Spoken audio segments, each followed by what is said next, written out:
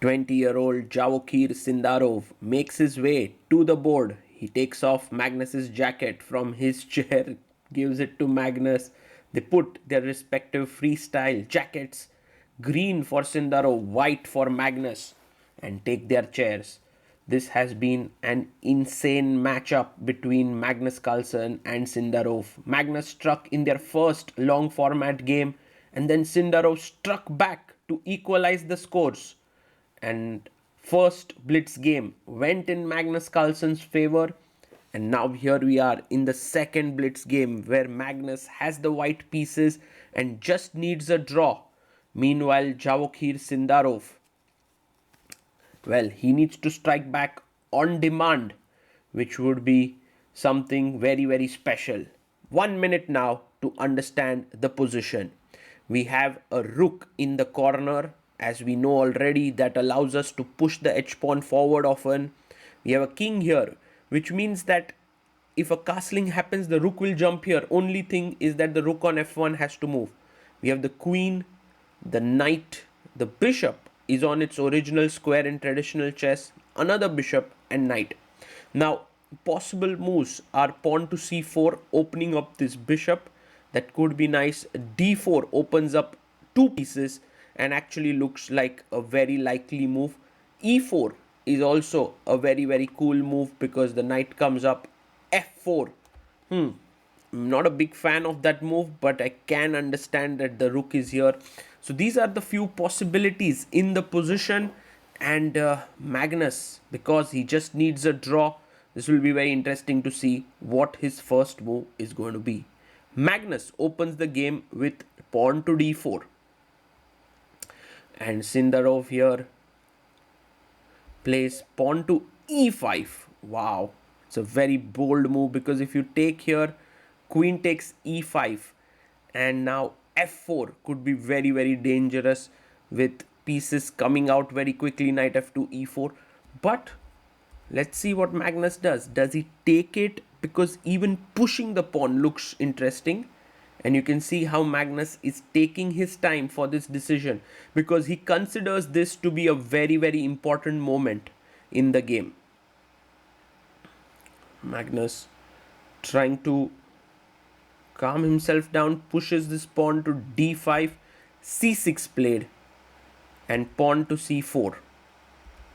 Knight p6, knight comes to e3, and f5 somewhere before the knight would have jumped was very cool. So somewhere here, if you would have played f5 was nice, but now he goes d6 planning f5, and perhaps Magnus should stop it here with pawn to g4. It's a tough move considering your king is here, but with the bishop looking here and the knight looking here, g4 makes all the sense.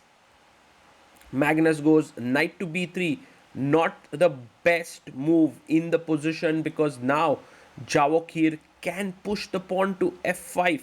It's not an easy move, but it is a very cool move. Look at this, f5 with the idea of f4, and if white plays f4, then do not push e4. Just stay here, just stay in the position. Could be very nice. And Sindarov taking his time here. He has close to 4 minutes here on the clock. I think the players are definitely taking a lot of time. f5 on the board, f4 pushed, e4 very quickly played by Sindarov, but that's not the best move because now g4 is a very, very good move. Now the thing about g4, Magnus plays it, is that although it's a great move, the king gets a bit weakened here. And so if take now e4 pawn is hanging, so knight d2 attacking here, queen g3, f5, f6. There are many possibilities. He goes queen g3 first. What a game this is turning out to be already. We are on move number 8, but so much excitement already. It's insane how freestyle chess really takes the players into uncharted territory so quickly and brings forth Such exciting chess. Now, what should Sindarov do? I mean, a natural move is to defend this pawn with h5. The other idea is, I'm not so sure. There's some crazy move with a5, a4, but no one can find that. Bishop a7, getting the bishop here. Okay, that's a bit too much to think that someone would find a5 as a move. Oh, B! Javokhir Sindarov finds a5 on the board. What a guy he is. Man, Sindarov showing why he is the current World Cup champion. a5. If you play knight a5, boom, bishop a7. He wants to get the bishop on this diagonal. Man, this is just incredible freestyle chess. This is creativity at its highest. f5 played. And now maybe f6 is on the cards, but more importantly, you've blocked the bishop's path here, which means that the queen can also take on g4.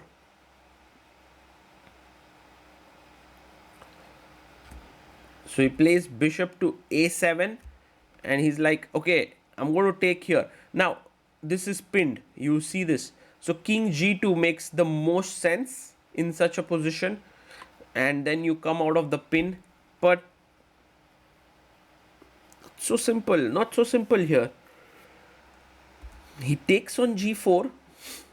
And look at this. Guys, if you are careless, let's say, for example, knight c4, king g2. By the way, it's a check.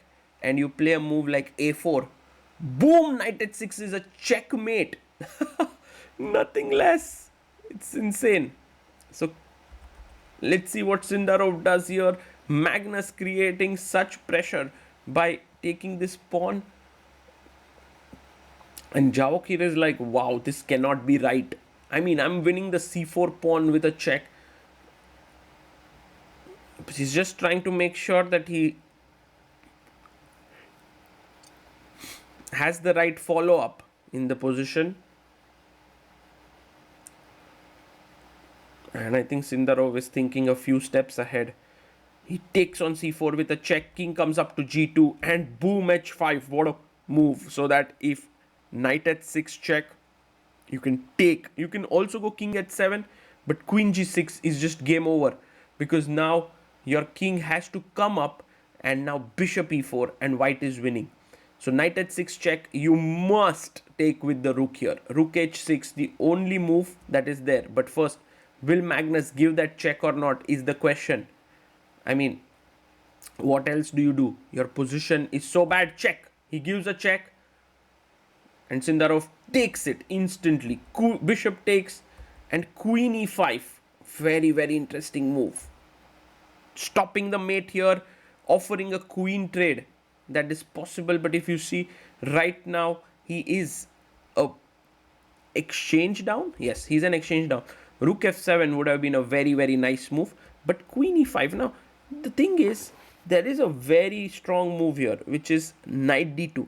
Because if I take your queen, you take back with the knight, the bishop is hanging, you need to spend time on that. I'll take the pawn next move. But if you play knight d2, I'm attacking your knight. He finds it. He finds knight d2. What a beautiful move. And now if you move the knight, I'll take and I'll spoil your structure. Correct?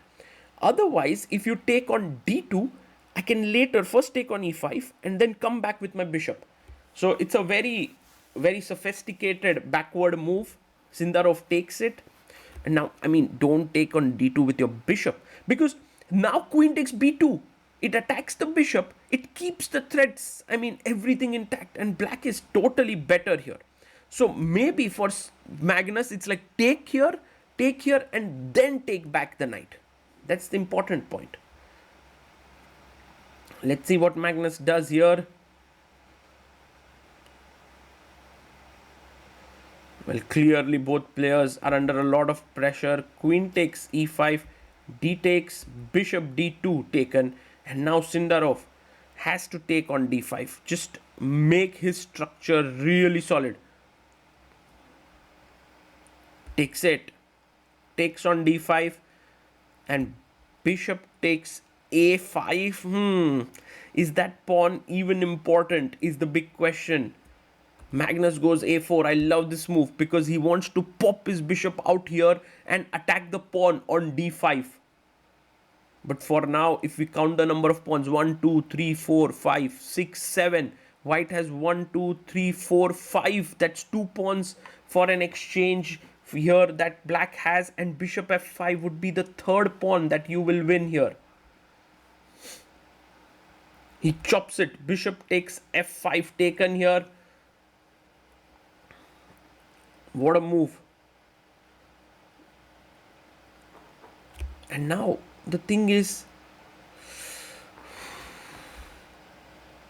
the bishop on f5 is, quite well placed. Bishop a2. I'll simply go back bishop e6 in the position.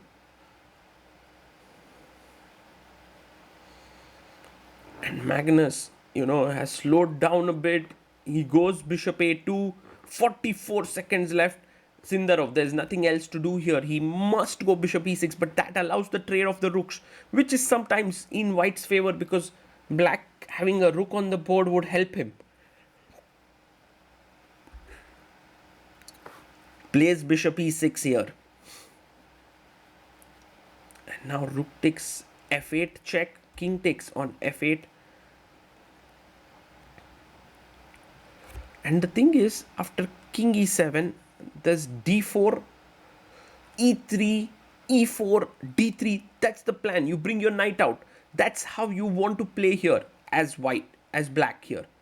Magnus really not sure about his position. I think Sindarov's position is not just slightly better, but also easier to play. He takes on a5, knight c6, bishop comes back to c3, and now bring the king up. Bring the king up so that you can push d4 here. Sindarov has like 30-40 extra seconds on the clock. Can he make it count? b4, Magnus starting to push his queenside majority. I think it's time to push d4 now. Push it to get that central pawns rolling. Well, it's not an easy decision. He goes knight d4. He doesn't go for it, but logically he's attacking the pawn on e2 now. Takes, bishop takes, and he goes king d6 very quickly. Bishop c3 was strong. Rook c1 played. Very good move by Magnus, stopping bishop c3. The position looks now under control because I have the threats of b5 and a6. He goes back, stopping b5. Rook d1, not the best move. Maybe there's bishop g4, which is very difficult to meet, but he goes the other side. Rook c1 played. Comes back, attacks the pawn on e2. King f1, good move. Both playing high quality chess right now. It's around even the position. But anything can happen here. Anyone can go wrong. He comes back bd7, maybe trying to give some checks here to push the king away. Magnus goes rook b1. He blunders because bishop c3 now is super strong. It stops both the pawns from moving. And the rook also can't move because b4 finds it. Amazing. Sindarov finds it. Bishop b3. And now d4, e3. Push the pawns in the center. That would be a great move. In fact, e3 starts with bishop h3 check also in the position. He goes bishop b5, king f2, g5, e3 played. And d4 pushing the pawn forward. He's completely winning here. Javokhir just bd2. Finds it. Rook b3, bishop d3. No, he goes h4, bishop g6, bishop c4. And the rook is being hunted here. Bishop e3 check. King e1. What a winning position here. b5. He chops the pawn. Magnus takes the central pawns. Bishop c6 was important. He takes on b7. Bishop d4. Players have no time. Rook a2. Blunder check. He goes after the rook. Rook a3. And now bishop b4. Amazing chess. Magnus has 18 seconds. He stops here and thinks Javokhir has 5 seconds. He's thinking if I move my rook, there will be a check and I'll be in trouble. So he pushes forward. Javokhir picks up the rook. Pawn is queening. Another bishop comes back, allowing Magnus to queen. Whoa, Magnus takes the queen. Check. Pawn push. Makes a queen. What a game this is. Javokhir has an extra bishop. He's winning. Go here, Javokhir. but it's difficult move to make because there's bishop c8, so he goes to c5, not the best square. Queen e7 check, king b5 must, don't give up your bishop. He goes king b5, a check on e8, king b6, he goes to a5, check, king b6, queen a6, king c7 had to be played, queen a7 check, king goes back, check here, and now the position is drawn, unfortunately, because Magnus will win this bishop with a check, it seems. Oof. King c8, check here, check again. Draw is enough for Magnus. Queen b4 with a check. Magnus Carlsen somehow managed to escape there. Takes king f5, and now the king goes to g4. He's coming here, but Magnus very calmly brings his bishop back to g2, and Javokhir, unable to find a way to break through, plays here g4 and loses on time. Or a draw, I don't know what happened, but a draw is the result here. Javokhir wasn't winning, and both players got I want to take you through the game from this point onwards, but not to show how many errors players did because there were just few seconds on the clock, but just to show you where the game went. Here Sindarov should have played bishop c3.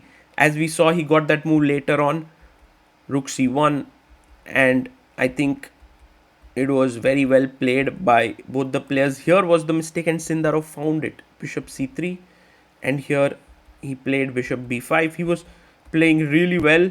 d4, fantastic move. Bishop d2 also amazing, and fine here maybe bishop d3, and it was just game over because this is hanging, or just pawn push here would have been curtains, but instead he went h4, and the rook was completely cornered. The two bishops were amazing, and here, you know, it's difficult when your opponent is pushing, but maybe your pawn is faster because the king has just no squares.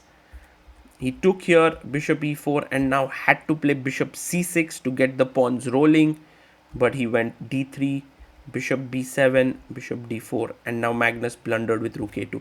He had to play something like rook b1 or rook c1, but rook a2, and now this allowed a check, king d1, bishop c4, and this is a beautiful move. This is where Magnus paused a bit and said, oh, I don't have any squares here. If I go back, then check, and d2, d1 is coming. I'm just busted. So he basically said, let me give up my rook. But Sindarov was so quick to realize that he just can take the rook and give a check and then make his own queen.